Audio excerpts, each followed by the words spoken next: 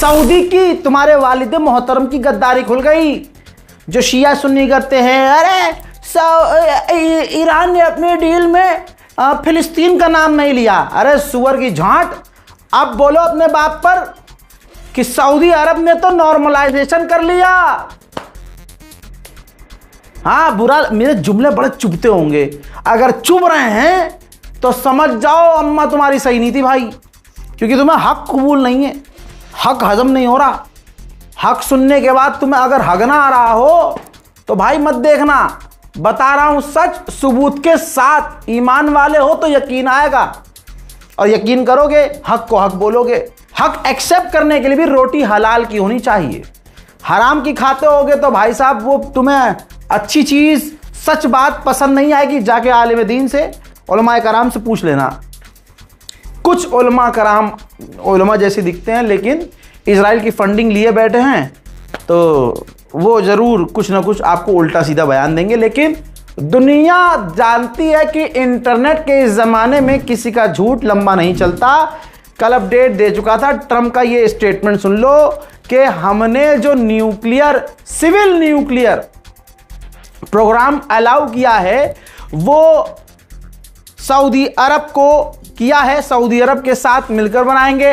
America के ऊर्जा विभाग, डिपार्टमेंट ऑफ एनर्जी और सऊदी अरब के बीच जो सिविल न्यूक्लियर डील यानी नागरिक परमाणु समझौता हो रहा है, उसे मंजूरी दे दी जाएगी। ध्यान रखना, इसमें परमाणु सामग्री को एनरिच यानी संवर्धित नहीं किया जाएगा, यूरेनियम एनरिच नहीं किया जाएगा।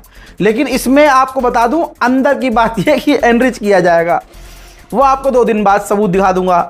यह डील केवल गैर सैन्य शांतिपूर्वक काम के लिए है। भाई ये बयान तो देना पड़ेगा, क्योंकि अगर ये बयान नहीं दिया तो दूसरे अरब भी कहेंगे भाई हम भी परमाणु बनाएंगे, हम भी यूरेनियम बनाएंगे।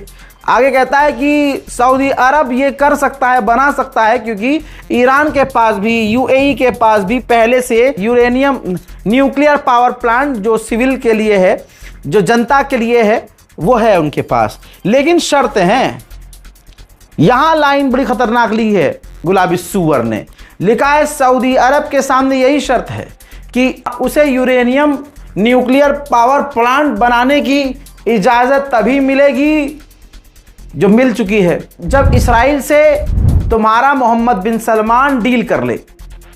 तो आज अगर सऊदी अरब को यह डील कबूल है तो ये ऐलान करने वाली बात नहीं है कि और सऊदी अरब कभी ऐलान नहीं करेगा कि इजराइल के साथ उसने नॉर्मलाइजेशन कर लिया है।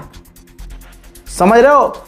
एक बात समझिए, हमारी गली में या हमारे मोहल्ले में कोई अमीर बाप की औलाद हो, उसके पास अंधा पैसा हो, तो उसकी चाल में, उसकी ढाल में अकड़ नज़र आती है। मस्जिद में भी उसकी अकड़ नज़र आती है। बुरा मत मानना, यह हकीकत है, समाज की यही गंदगी है। एक मुसलमानों हमारे यहाँ ये है, अकड़ नज़र आती है। और कहते हैं कुछ लोग कि नया नया पैसा है इसलिए ज़्यादा घमंड है।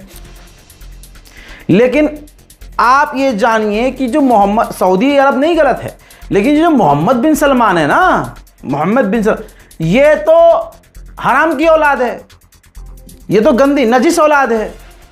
अंधा पैसा बाप का, अरबों का अंधा पैसा, वो कितना बिगड़ा हुआ होगा।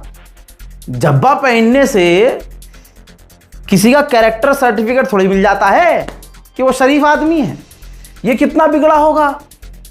तो भाई साहब, जब ये अब्राहम अकॉर्ड कर लेगा तो तुम्हें ऐलान करके बताएगा क्या? ऐलान तो अमेरिका करेगा, क्योंकि ट्रंप ने तो क्लियर कह दिया कि लाला अगर न्यूक्लियर पावर प्लांट आपको चाहिए तो आपको अब्राहम अकॉर्ड में शामिल होना होगा। और अगर ये डील हो गई है तो सीधी बात, इसका मतलब शर्त मानी गई है। और अगर सऊदी अरब ने शर्त मान ली है तो कहाँ गए वो लोग जो कह रहे थे अरे ये तो ईरान ने अपनी लड़ाई लड़ी है, ईरान अपनी लड़ रहा है। अबे झाट चौधरियो, तुम्हारा तो सऊदी अरब अपनी लड़ाई भी नहीं लड़ पाया, फिलिस्तीन को तो पूछा नहीं, देखा नहीं। इंटरनल रिपोर्ट पहले आपको बता चुका हूं, अरब के अखबारों की रिपोर्ट आ चुकी है, अमेरिका के अखबारों की रिपोर्ट आ चुकी है, खुद ट्रंप कह चुका है, ट्रंप की सरकार कह चुकी है, नेतन्याहू की सरकार कह चुकी है कि मोहम्मद बिन सलमान के लिए फिलिस्तीन कोई मुद्दा नहीं है। उनको बस अपने लोगों को, जो अरब के लोग हैं, उनको शांत करने के लिए वो भड़क न जाएं, इसलिए थोड़े बहुत बयान खिलाफ देने पड़ते हैं।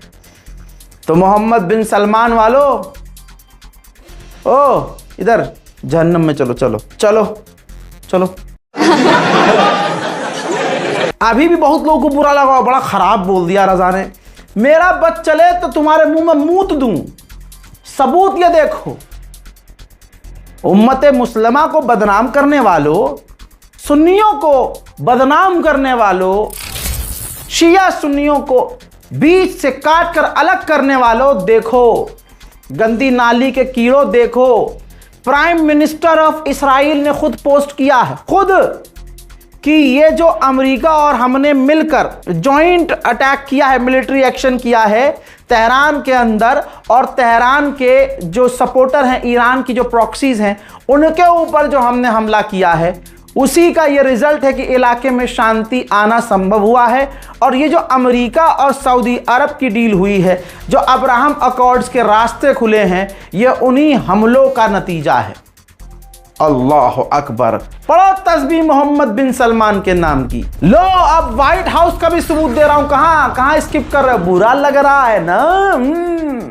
व्हाइट हाउस की प्रवक्ता ने कहा है कि ये जो एग्रीमेंट हुआ है, ये जो डील हुई है सऊदी अरबिया के साथ, इसकी शर्त यही है, अब्राहम अकॉर्ड। सुनिए, ध्यान सुनिए। This deal with Saudi Arabia, the energy deal, is contingent on this condition as far as the president is concerned. So we'll continue to talk with our Saudi counterparts to get the deal finalized and hope. और अगर आप के खिलाफ बोलने वालों, अरे मुल्ला जी हैं, तुमसे तुम्हारी दाढ़ी सीधी नहीं हो पाती, तुम किसी का ईमान क्या सीधा करोगे? उतना तो मैं भी कर लूंगा। ये देखो, कहाँ जाने नहीं दूंगा। ये सबूत देखो, इस्राइल के प्रधानमंत्री नेतन्याहू ने खुशी व्यक्त की है, कहा यह बहुत बड़ी जीत है। ये जो एग्रीमेंट हुआ है सऊदी अरब के साथ, नॉर्मलाइजेशन हुआ है हमारा, उसके लिए एग्रीमेंट हुआ है, ये बहुत बड़ी जीत है। कमाल यह है कि अभी भी कोई सऊदी अरब को गलत नहीं कहेगा।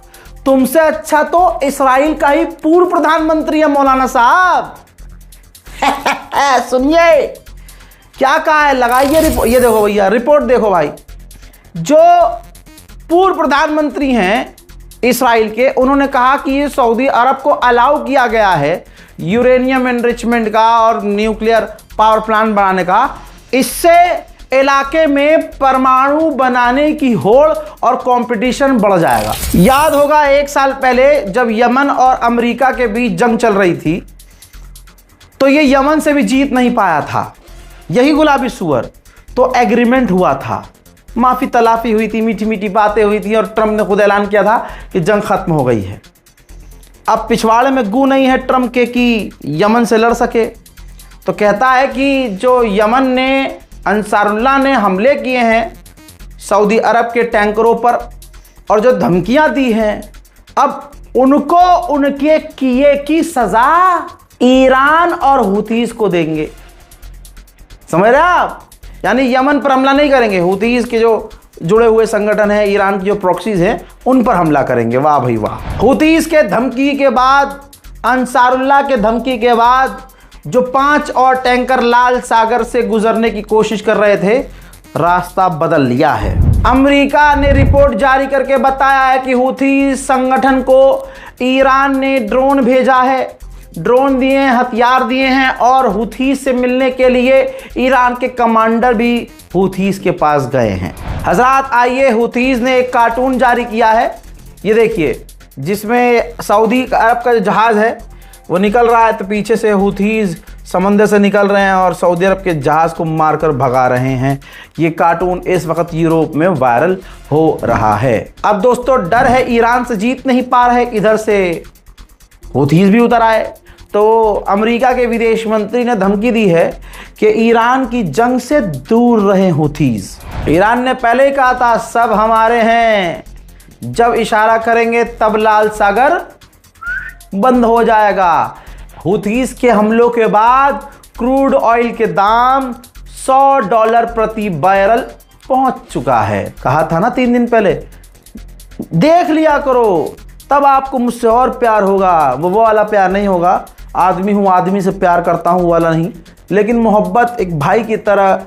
एक आगे नहीं बोलूँगा, चलिए आगे बढ़ते हैं। हूथीज़ ने ऐलान कर दिया है कि कोई भी हमला अमेरिका ने हम पर किया तो हम जवाब देंगे, हमें हल्का मत समझना। उन्होंने आगे ये भी कह दिया है कि हम हेजिटेट नहीं करेंगे, ज़रूरत पड़ी तो सऊदी अरब को भी सऊदी अरब पर भी हमला करेंगे।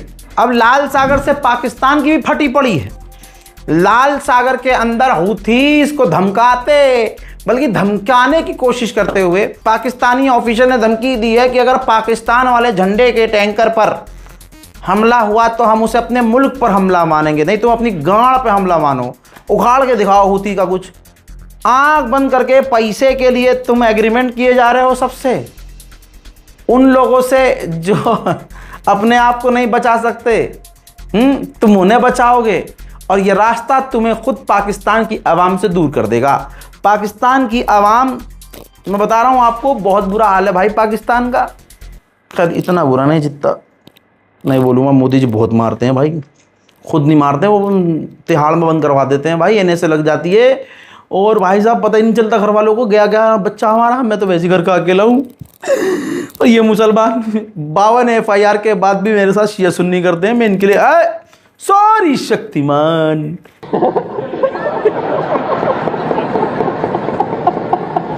मेरे दोस्तों ये तस्वीर देखिए, मैप देखिए, डिटेल है यहाँ पर जहाज़ों की। लाल सागर में हूथीज़ ने 2 चाइना के टैंकरों को जाने दिया है, क्योंकि उसके अंदर सऊदी अरब का तेल था और वो तेल चाइना जा रहा था। चाइना की विदेश नीति देखो भाई क्या ज़बरदस्त है। यानी स्ट्रेट ऑफ हॉर्मूज में भी कड़ी से कड़ी जंग के बावजूद ईरान ने उसका तेल, उसका जहाज नहीं रोका। और एक फलाना बिनते फलाना है, उसके कुत्ते की नस्लें आज भी उसको सपोर्ट करने के लिए अंधी हो रही हैं।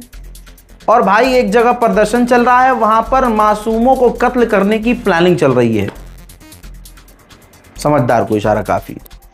बहरहाल उसकी विदेश नीति यह है कि उसके देश के टैंकरों पर हमला भी हुआ, उसके समुदाय, उसके धर्म के लोग, जवान बच्चे मारे गए, लेकिन जो मारे गए वो भी फलाने बिनते फलाने के फैन थे।